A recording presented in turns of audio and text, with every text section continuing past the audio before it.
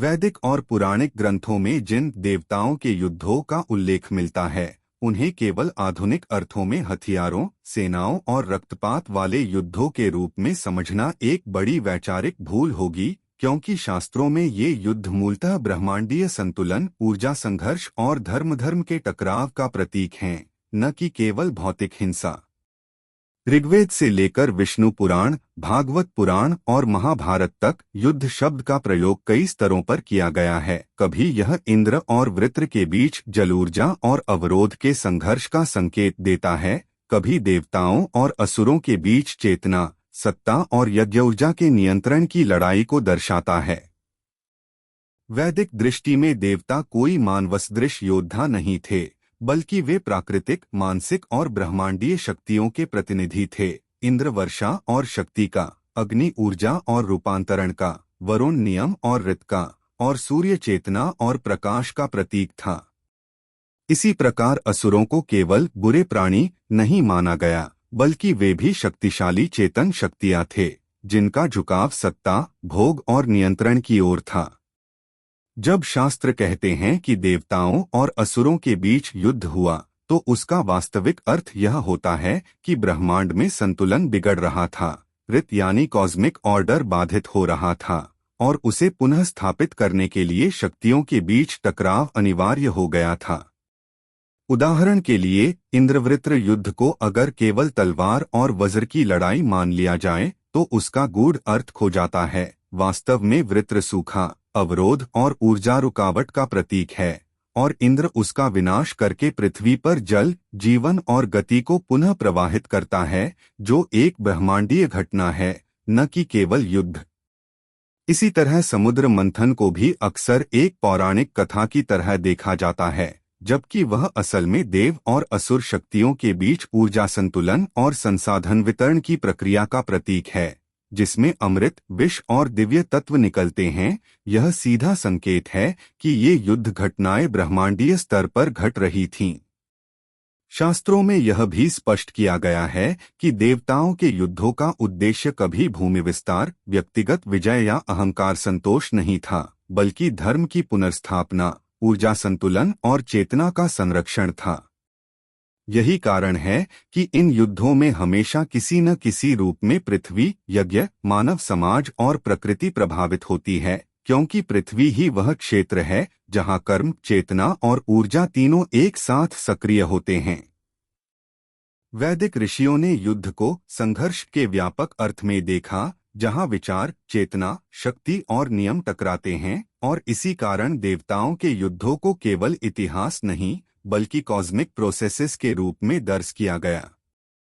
इस दृष्टि से देखा जाए तो देवताओं के युद्ध किसी काल्पनिक वीरगाथा नहीं, बल्कि यह समझाने का माध्यम है कि जब भी ब्रह्मांडीय संतुलन डगमगाता है, तब शक्तियों का पुनर्संयोजन होता है, और वही प्रक्रिया शास्त्रों में युद्ध कहलाती है।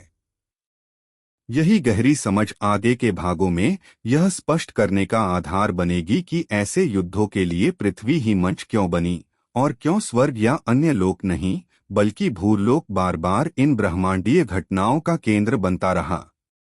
वैदिक ब्रह्मांडीय संरचना में पृथ्वी, जिसे शास्त्रों में भूलोक कहा गया है, केवल एक ग्रह या निवास स्थान नहीं है, बल्कि यह पूरे ब्रह्मांड का वह केंद्र बिंदु है जहां कर्म, चेतना और ऊर्जा एक साथ सक्रिय होती हैं। और यही कारण है कि देवताओं के अधिकांश युद्ध, हस्तक्षेप और अवतार इसी लोक से जुड़े हुए दिखाई देते हैं।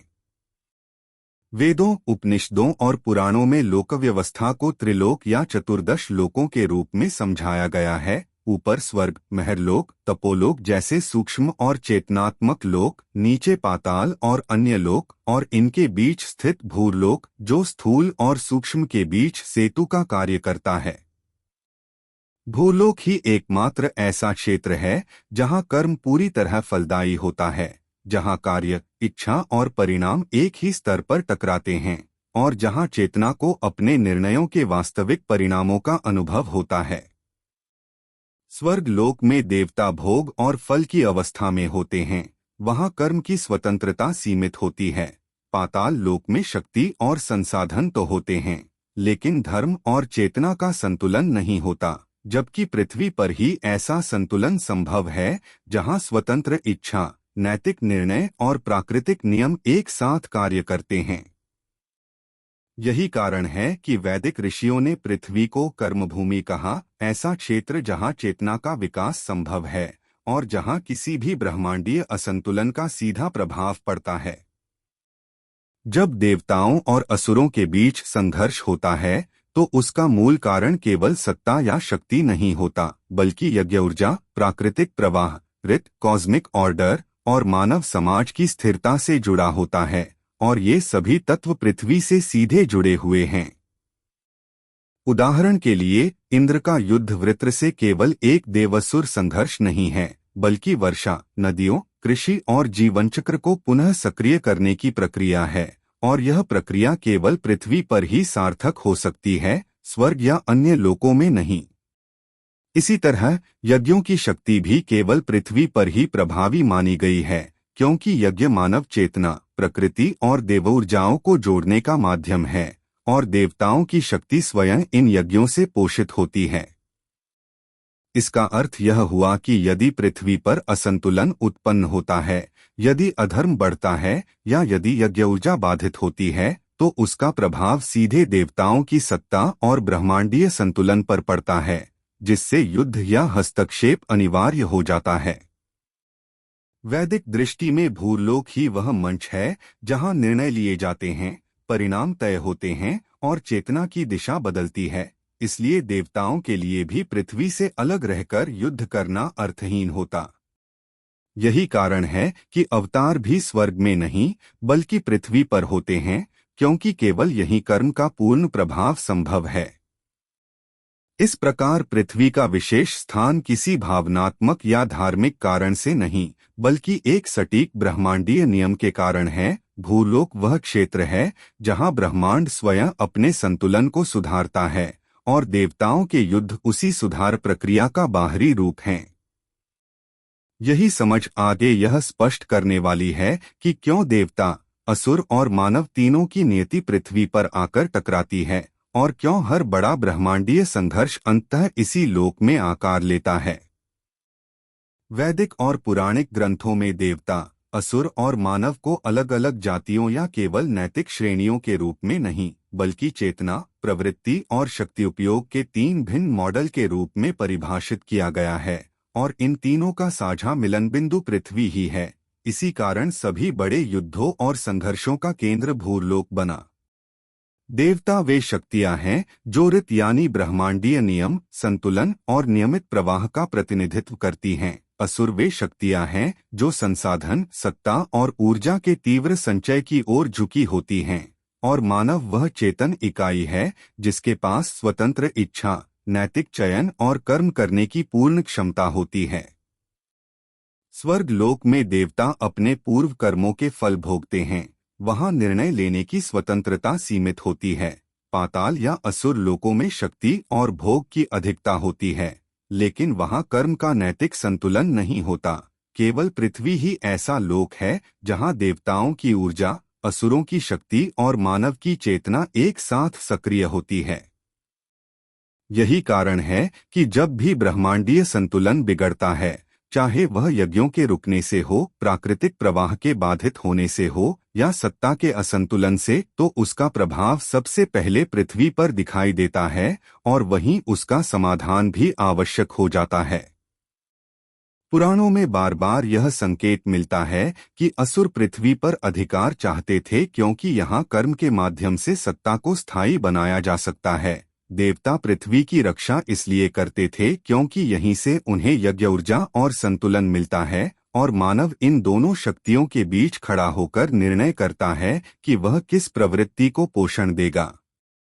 इस त्रिकोणीय संरचना के कारण पृथ्वी युद्धों का मंच बनती है, क्योंकि यही कर्म फलित होता है, चेतना दिशा लेती है और शक्ति वैध या अवैध रूप में स्थापित होती है।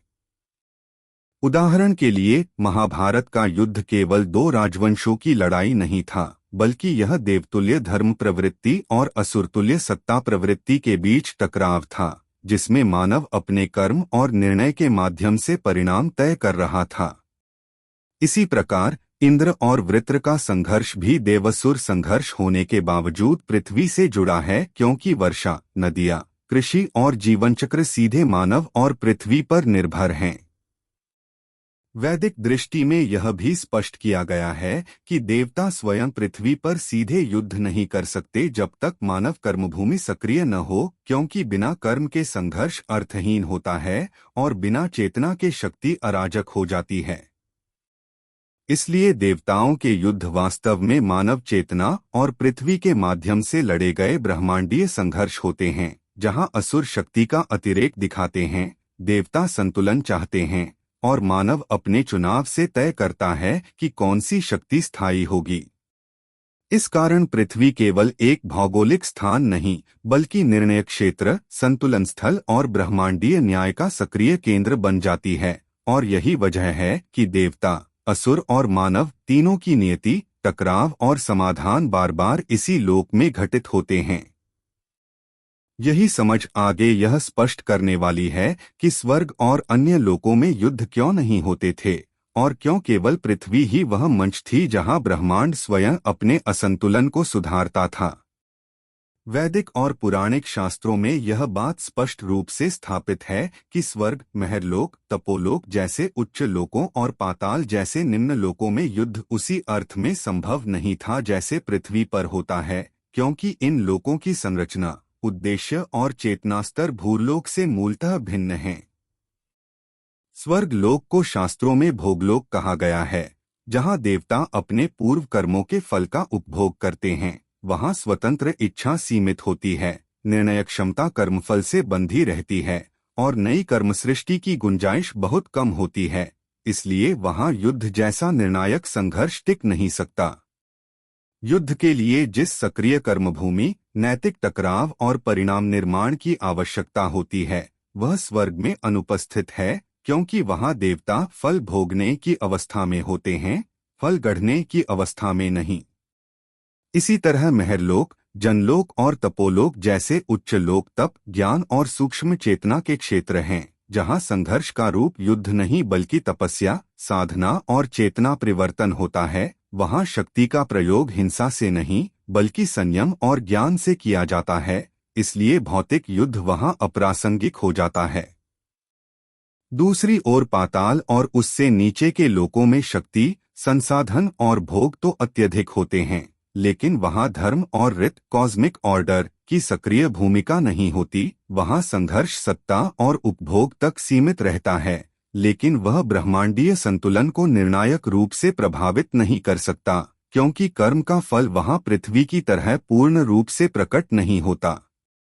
शास्त्र यह भी बताते हैं कि युद्ध तभी अर्थपूर्ण होता है जब उसका परिणाम पूरे ब्रह्मांडीय तंत्र पर प्रभाव डाले, और ऐसा केवल पृथ्वी पर ही संभव है, क्योंकि यहीं देवताओं की यज्ञ आधारित शक्ति, असुरों की संसाधनाधारित शक्ति और मानव की निर्णयाधारित चेतना एक साथ सक्रिय होती हैं।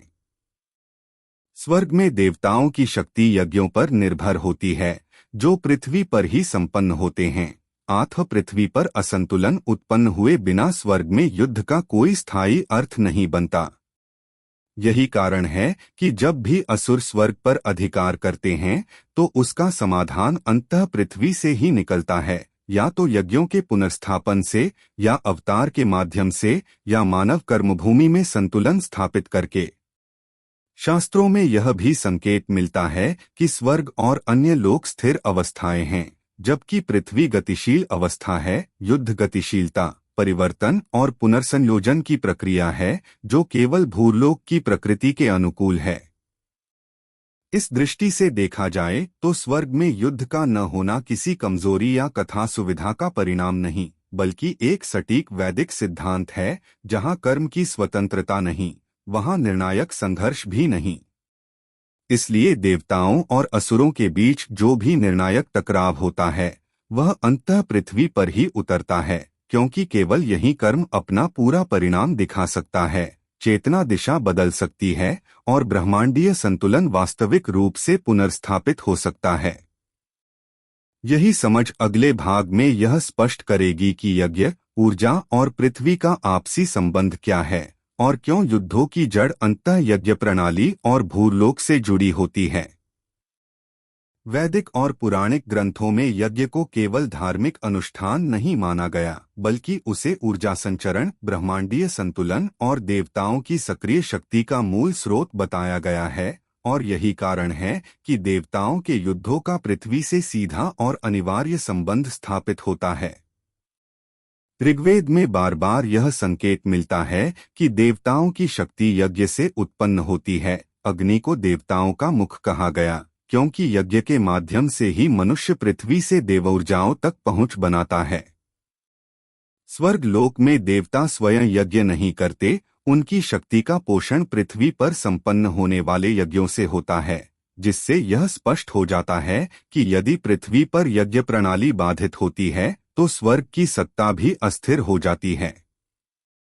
असुरों का सबसे बड़ा उद्देश्य अक्सर यही होता था कि वे पृथ्वी पर यज्ञों को रोकें, ऋषियों को बाधित करें और मानव समाज को धर्म और कर्म से विमुख करें, क्योंकि ऐसा होते ही देवताओं की ऊर्जा स्वतः क्षीण हो जाती थी।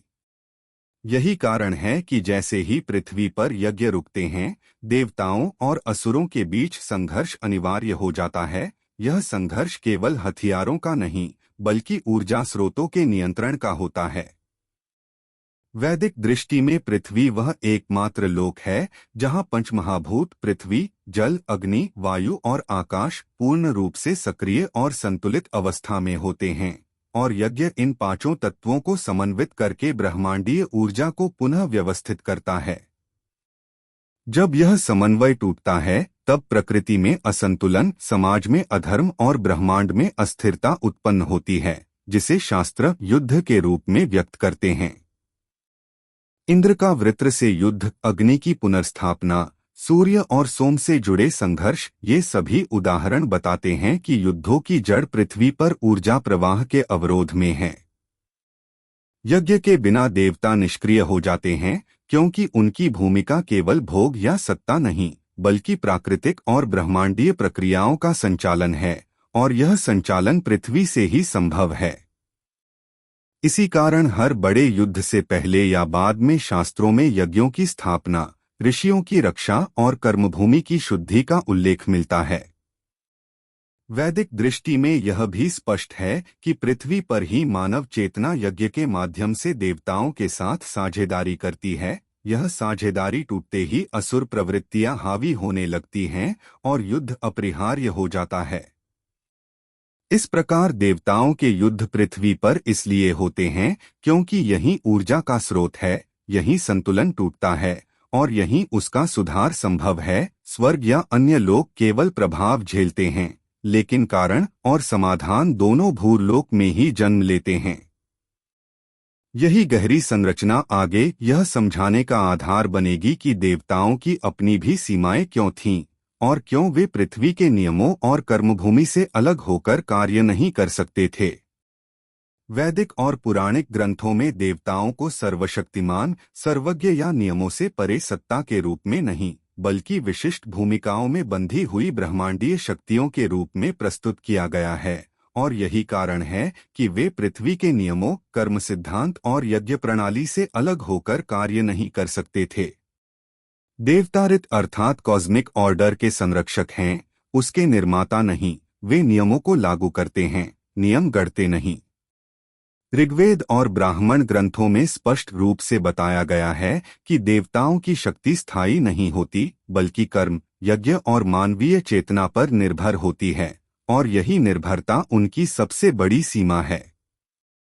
उदाहरण के लिए इंद्र को देवताओं का राजा कहा गया, लेकिन बार बार यह दिखाया गया कि जैसे ही पृथ्वी पर यज्ञ रुकते हैं या ऋषियों का तप भंग होता है, इंद्र की शक्ति क्षीण हो जाती है और असुर शक्तियां हावी होने लगती हैं। इसका अर्थ यह है कि देवता पृथ्वी के नियमों से ऊपर नहीं, बल्कि पृथ्वी की कर्मभूमि से जुड़े हुए प्रशासनिक बल हैं। वे न तो कर्म के नियम को बदल सकते हैं और न ही उसके परिणामों से स्वयं को मुक्त कर सकते हैं। इसी कारण देवताओं को भी श्राप लगता है, पतन होता है और उन्हें पद से हटाया जाता है। पुराणों में अनेक उदाहरण मिलते हैं जहां देवता अहंकार, भय या असंतुलित शक्ति प्रयोग के कारण नियमों का उल्लंघन करते हैं और उन्हें उसका परिणाम भुगतना पड़ता है। यह स्पष्ट संकेत है कि देवता भी न्याय प्रणाली के भीतर ही कार्य करते हैं। इसके अतिरिक्त देवता पृथ्वी पर सीधे लंबे समय तक उपस्थित नहीं रह सकते, क्योंकि उनका अस्तित्व मुख्यतः सूक्ष्म ऊर्जा स्तर का होता है। स्थूल कर्मभूमि पर स्थायी हस्तक्षेप के लिए उन्हें या तो अवतार का सहारा लेना पड़ता है या मानव माध्यमों के जरिए कार्य करना पड़ता है। यही कारण है कि जब असंतुलन अत्यधिक बढ़ता है तो स्वयं देवता नहीं बल्कि विष्णु जैसे ईश्वर अवतार के रूप में पृथ्वी पर आते हैं, क्योंकि केवल अवतार ही पृथ्वी के नियमों के भीतर रहकर निर्णायक कर्म कर सकता है। वैदिक दृष्टि में देवताओं की एक और सीमा यह है कि वे भोग और पद से बंधे होते हैं। स्वर्ग का पद स्थायी नहीं है, इंद्रत्व बदला जा सकता है और हर देवता का कार्यकाल सीमित है, जिससे यह स्पष्ट होता है कि उनकी सत्ता कार्याधारित है, अस्तित्वाधारित नहीं। यही कारण है कि देवताओं के युद्ध भी पृथ्वी पर सीमित रहते हैं। वे स्वर्ग में बैठकर नियम बदल नहीं सकते, उन्हें पृथ्वी पर ही आकर कर्मभूमि में संतुलन स्थापित करना पड़ता है। देवता शक्ति के प्रतिनिधि हैं, लेकिन चेतना का अंतिम स्रोत नहीं। चेतना का विकास, पतन और पुनर्संतुलन केवल पृथ्वी पर ही संभव है। इस प्रकार देवताओं की सीमाएं किसी कथा सुविधा का परिणाम नहीं, बल्कि एक सटीक वैदिक सिद्धांत हैं। देवता नियमों के रक्षक हैं, नियमों से परे सत्ता नहीं। यही समझ अगले भाग में यह स्पष्ट करेगी कि अवतार हमेशा पृथ्वी पर ही क्यों होते हैं और कैसे युद्ध, अवतार और कर्मभूमि आपस में गहराई से जुड़े हुए हैं। वैदिक और पुराणिक शास्त्रों में अवतार की अवधारणा को कभी भी सामान्य जन्म या किसी चमत्कारी उपस्थिति के रूप में नहीं देखा गया, बल्कि उसे एक ब्रह्मांडीय आवश्यकता के रूप में परिभाषित किया गया है। और यही कारण है कि सभी अवतार केवल पृथ्वी पर ही प्रकट होते हैं, न कि स्वर्ग, महरलोक या किसी अन्य लोक में। भगवद गीता, विष्णु पुराण और भागवत पुराण स्पष्ट रूप से यह बताते हैं कि जब जब पृथ्वी पर धर्म का क्षय होता है और अधर्म का प्रभाव बढ़ता है, तब तब ईश्वर अवतार लेते हैं, क्योंकि धर्म और अधर्म का वास्तविक संघर्ष केवल कर्मभूमि पर ही संभव है। युद्ध और अवतार का संबंध इसी बिंदु से शुरू होता है। देवता स्वयं पृथ्वी के नियमों से बंधे हैं, उनकी शक्ति यज्ञ और कर्म पर निर्भर है और वे स्थूल कर्मभूमि में निर्णायक परिवर्तन नहीं कर सकते। इसलिए जब असंतुलन उनकी क्षमता से बाहर चला जाता है, तब अवतार आवश्यक हो जाता है। अवतार का अर्थ है ऐसी चेतना का पृथ्वी पर अवतरण जो स्वयं कर्म के नियमों के भीतर रहकर कर्म को निर्णायक दिशा दे सके, और यह कार्य देवता नहीं कर सकते। उदाहरण के लिए, नरसिंह अवतार केवल हिरण्यकशिपु के वध की कथा नहीं है, बल्कि यह उस स्थिति का समाधान है जहां न देवता कुछ कर पा रहे थे और न ही सामान्य नियमों के भीतर संतुलन बन रहा था। अवतार ने पृथ्वी के नियमों के भीतर रहते हुए ही उस संकट को समाप्त किया। इसी तरह राम अवतार का युद्ध केवल रावण से नहीं था, बल्कि पृथ्वी पर सत्ता, मर्यादा और धर्म की पुनर्स्थापना का माध्यम था, जो स्वर्ग से निर्देश देकर संभव नहीं था। कृष्ण अवतार का महाभारत युद्ध भी देवताओं द्वारा लड़ा गया युद्ध नहीं था, बल्कि मानव कर्म, मानव निर्णय और मानव जिम्मेदारी के माध्यम से लड़ा गया ब्रह्मांडीय युद्ध था, जिसमें स्वयं ईश्वर ने भी सीधे हथियार नहीं उठाए, बल्कि कर्मभूमि के नियमों का सम्मान करते हुए मार्गदर्शन की भूमिका निभाई। इससे यह स्पष्ट होता है कि अवतार और युद्ध का संबंध शक्ति प्रदर्शन से नहीं, बल्कि धर्म की पुनर्संरचना से है। वैदिक दृष्टि में युद्ध तभी निर्णायक होता है जब उसका परिणाम मानव चेतना, समाज और प्रकृति पर स्थायी प्रभाव डाले, और यह केवल पृथ्वी पर ही संभव है। स्वर्ग में युद्ध करने से न मानव बदलेगा, न कर्म का प्रवाह बदलेगा और न ही धर्म की दिशा बदलेगी। इसलिए अवतार पृथ्वी पर आते हैं, युद्ध भी पृथ्वी पर होते हैं और समाधान भी पृथ्वी पर ही घटित होता है। इस प्रकार अवतार कोई वैकल्पिक व्यवस्था नहीं, बल्कि देवताओं की सीमाओं और पृथ्वी की केंद्रीय भूमिका का स्वाभाविक परिणाम है। जब देवता असमर्थ होते हैं, तब अवतार आवश्यक हो जाता है, और जब अवतार आता है, तो युद्ध केवल बाहरी रूप होता है। असली परिवर्तन कर्मभूमि के भीतर चेतना के स्तर पर घटित होता है। यही समझ अगले भाग में यह स्पष्ट करेगी कि पृथ्वी के पंचतत्व और प्रकृति स्वयं क्यों युद्धों के लिए सबसे उपयुक्त क्षेत्र थे, और कैसे प्रकृति भी इन ब्रह्मांडीय संघर्षों में सक्रिय भूमिका निभाती है। वैदिक और पुराणिक दर्शन में पृथ्वी को युद्धों का मंच केवल इसलिए नहीं बनाया गया क्योंकि वह भौतिक रूप से उपलब्ध थी, बल्कि इसलिए क्योंकि पंचतत्वों का पूर्ण, संतुलित और सक्रिय स्वरूप केवल पृथ्वी पर ही संभव है, और किसी भी ब्रह्मांडीय संघर्ष के समाधान के लिए यही सबसे आवश्यक शर्त है। पंचतत्व पृथ्वी, जल, अग्नि, वायु और आकाश वैदिक दृष्टि में केवल प्राकृतिक तत्व नहीं, बल्कि ऊर्जा, चेतना और क्रिया के मूल माध्यम हैं, और इन पांचों का एक साथ समान स्तर पर कार्य करना केवल भूलोक में संभव है। स्वर्ग लोक में अग्नि, वायु और आकाश प्रधान हैं, लेकिन पृथ्वी और जल स्थूल रूप में अनुपस्थित रहते हैं। पाताल लोकों में पृथ्वी और जल का प्रभुत्व होता है, लेकिन अग्नि और आकाशीय चेतना सीमित रहती है। उच्च लोकों में आकाश और चेतना प्रबल होती है, पर स्थूल क्रिया का अभाव होता है। युद्ध जैसा निर्णायक कर्म तभी संभव है जब सभी पंचतत्व एक साथ सक्रिय हों, क्योंकि युद्ध केवल हथियारों की टकराहट नहीं, बल्कि ऊर्जा का रूपांतरण, चेतना की दिशा परिवर्तन और प्राकृतिक संतुलन का पुनर्गठन होता है।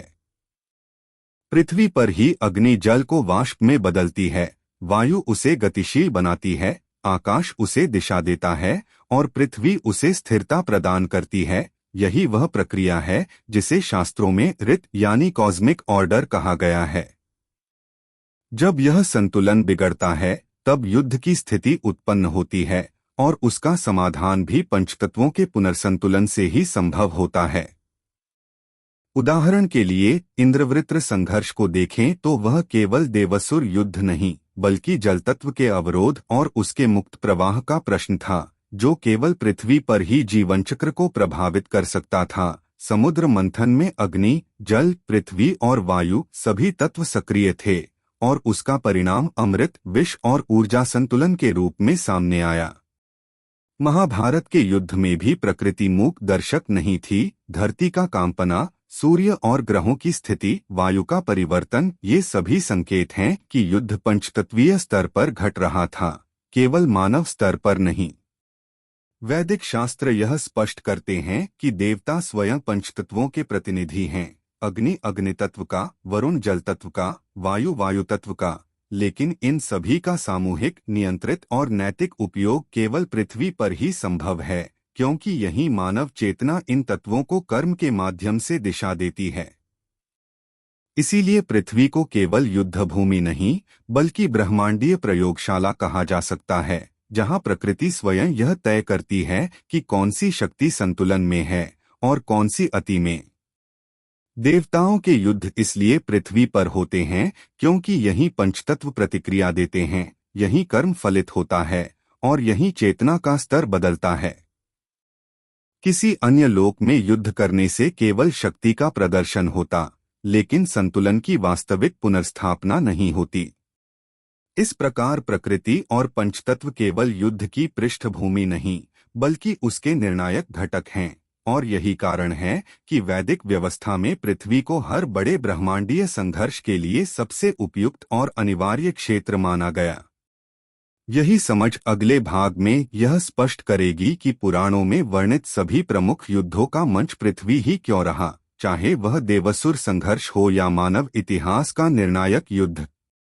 पुराणों और महाकाव्यों में वर्णित सभी प्रमुख युद्धों, चाहे वे देवसुर संघर्ष हों, अवतारों के युद्ध हों या मानव इतिहास के निर्णायक संग्राम, का मंच बार बार केवल पृथ्वी ही बनता है, और यह कोई संयोग नहीं बल्कि वैदिक ब्रह्मांडीय व्यवस्था का सीधा परिणाम है। इंद्रवृत्र युद्ध, तारकासुर वध, हिरण्यक्ष पुनर्सिंह प्रसंग, राम रावण युद्ध, महाभारत का कुरुक्षेत्र युद्ध, इन सभी घटनाओं में एक समान सूत्र दिखाई देता है कि संघर्ष का वास्तविक प्रभाव मानव समाज, प्रकृति, यज्ञ प्रणाली और कर्म प्रवाह पर पड़ता है, और ये सभी तत्व केवल भूलोक में पूर्ण रूप से सक्रिय होते हैं। पुराण यह स्पष्ट करते हैं कि युद्ध तभी निर्णायक माना जाता है जब उसका परिणाम केवल किसी एक सत्ता के नष्ट होने तक सीमित न रहे, बल्कि धर्म की पुनर्स्थापना, सत्ता संरचना का परिवर्तन और चेतना की दिशा में बदलाव लाए, और ऐसा परिवर्तन स्वर्ग या अन्य लोकों में संभव नहीं है। उदाहरण के लिए, राम रावण युद्ध यदि केवल स्वर्ग में होता तो रावण की सत्ता समाप्त हो सकती थी, लेकिन पृथ्वी पर फैले अधर्म, भय और असंतुलन का समाधान नहीं होता। इसलिए युद्ध लंका और अयोध्या से जुड़े भूभागों पर घटित हुआ, ताकि उसका प्रभाव मानव समाज और प्रकृति दोनों पर पड़े। इसी प्रकार महाभारत का युद्ध देवताओं द्वारा लड़ा गया युद्ध नहीं था, बल्कि देवताओं की उपस्थिति के बावजूद यह पूरी तरह मानव कर्मभूमि पर लड़ा गया, क्योंकि इसका उद्देश्य केवल कौरवों की हार नहीं, बल्कि धर्मराज्य की अवधारणा, राजधर्म और कर्मोत्तरदायित्व को पुनः स्थापित करना था। पुराण यह भी बताते हैं कि असुर अक्सर स्वर्ग पर अधिकार कर लेते थे, लेकिन उनका अंतिम पतन पृथ्वी पर ही होता था, क्योंकि स्वर्ग में विजय केवल भोगाधारित होती है, जबकि पृथ्वी पर विजय कर्माधारित होती है, और वही स्थायी मानी जाती है। समुद्र मंथन जैसी घटनाएं भी देखने में ब्रह्मांडीय लगती हैं, लेकिन उनका वास्तविक प्रभाव पृथ्वी पर ही पड़ा। औषधियाँ, अमृत, विष, देवी लक्ष्मी का प्राकट्य, ये सभी मानव और पृथ्वी से जुड़े परिणाम हैं। वैदिक दृष्टि में युद्ध केवल शक्ति संघर्ष नहीं, बल्कि प्रणाली सुधार की प्रक्रिया है, और किसी भी प्रणाली का वास्तविक सुधार उसी स्तर पर किया जाता है जहां कर्म फलित होता है। इसलिए सभी निर्णायक युद्ध पृथ्वी पर ही घटित होते हैं। पुराणों में यह भी संकेत मिलता है कि यदि युद्ध पृथ्वी पर न हो तो यज्ञ, ऋषि परंपरा, मानव चेतना और प्राकृतिक चक्र अप्रभावित रहेंगे, और ब्रह्मांडीय संतुलन अधूरा रह जाएगा। इसीलिए देवताओं के युद्ध चाहे कितने भी दिव्य या विराट क्यों न हो, उनका समाधान हमेशा पृथ्वी पर उतरता है, क्योंकि पृथ्वी ही वह क्षेत्र है जहां सत्ता को वैधता मिलती है, धर्म को व्यवहार मिलता है, और कर्म को अंतिम अर्थ प्राप्त होता है। इस समझ के साथ यह स्पष्ट हो जाता है कि पुराणों में पृथ्वी केवल युद्ध भूमि नहीं, बल्कि निर्णय भूमि है, और यही कारण है कि हर बड़ा ब्रह्मांडीय संघर्ष अंततः इसी लोक में आकार लेता है। यही निष्कर्ष अगले और अंतिम भाग में पूर्ण रूप से स्पष्ट होगा, जहां यह बताया जाएगा कि इन सभी युद्धों का आध्यात्मिक और दार्शनिक सार क्या है, और वे हमें आज के युग के लिए क्या सिखाते हैं। वैदिक और पुराणिक दृष्टिकोण से यदि देवताओं के युद्धों का अंतिम, समग्र और निष्पक्ष निष्कर्ष निकाला जाए, तो यह स्पष्ट हो जाता है कि ये युद्ध किसी भी रूप में केवल दिव्य शक्तियों के बीच सत्ता संघर्ष नहीं थे, बल्कि वे पृथ्वी को केंद्र बनाकर चलने वाली ब्रह्मांडीय सुधार प्रक्रियाएं थीं, जिनका उद्देश्य चेतना, कर्म और धर्म के संतुलन को पुनः स्थापित करना था। पृथ्वी को युद्धों का मंच इसलिए चुना गया क्योंकि यही एकमात्र लोक है जहां कर्म पूर्ण रूप से फलित होता है, जहां स्वतंत्र इच्छा सक्रिय रहती है, और जहां निर्णयों के परिणाम केवल व्यक्तिगत नहीं, बल्कि सामाजिक, प्राकृतिक और ब्रह्मांडीय स्तर तक फैलते हैं। स्वर्ग लोक भोग का क्षेत्र है, पाताल शक्ति का, और उच्च लोक तप व ज्ञान का, लेकिन इन सभी में कर्म की वह निर्णायक स्वतंत्रता नहीं है जो पृथ्वी पर उपलब्ध है। देवता स्वयं नियमों के रक्षक हैं, नियमों से परे सत्ता नहीं, और इसलिए जब ऋत यानी कॉस्मिक ऑर्डर में विकृति आती है तो उसका वास्तविक समाधान उसी स्तर पर होना चाहिए जहां नियम लागू होते हैं, अर्थात भूलोक में। देवताओं के युद्ध वास्तव में मानव चेतना को झकझोरने, यज्ञ प्रणाली को पुनर्जीवित करने, प्रकृति के पंचतत्वों को संतुलित करने और सत्ता को नैतिक आधार पर पुनः स्थापित करने के साधन थे, और ये सभी कार्य पृथ्वी पर ही संभव हैं। इसीलिए हर युद्ध के साथ कोई न कोई सामाजिक, आध्यात्मिक या प्राकृतिक परिवर्तन जुड़ा हुआ दिखाई देता है। नदियों का पुनः प्रवाह, वर्षा का लौटना, अधर्म का पतन या धर्म की नई व्याख्या, अवतारों का पृथ्वी पर आना, ऋषियों की तपस्या का यही फलित होना और मानव इतिहास का यही निर्णायक मोड़ लेना, ये सभी संकेत हैं कि पृथ्वी केवल रहने की जगह नहीं, बल्कि ब्रह्मांड का निर्णय केंद्र है। वैदिक दर्शन यह भी सिखाता है कि युद्ध का वास्तविक उद्देश्य विनाश नहीं, बल्कि पुनर्संतुलन है, और पुनर्संतुलन तभी सार्थक होता है जब वह चेतना के स्तर पर घटे। यही कारण है कि देवताओं के युद्ध हमेशा मानव समाज को प्रभावित करते हैं, उसे दिशा देते हैं और उसे उसकी जिम्मेदारी का बोध कराते हैं। अंततः यह समझ सामने आती है कि देवताओं के युद्ध पृथ्वी पर इसलिए होते थे क्योंकि पृथ्वी ही वह स्थान है जहां शक्ति को नैतिकता से जोड़ा जा सकता है, जहां चेतना को कर्म से मापा जा सकता है और जहां धर्म को व्यवहार में उतारा जा सकता है। इस दृष्टि से ये युद्ध न तो केवल अतीत की कथाएं हैं और न ही कल्पनाएं, बल्कि वे एक स्थायी संदेश हैं कि जब भी संतुलन बिगड़े, समाधान ऊपर से नहीं बल्कि कर्मभूमि के भीतर जागृत चेतना से निकलेगा। और यही वैदिक परंपरा का सबसे गहरा, सबसे प्रासंगिक और सबसे आधुनिक निष्कर्ष है।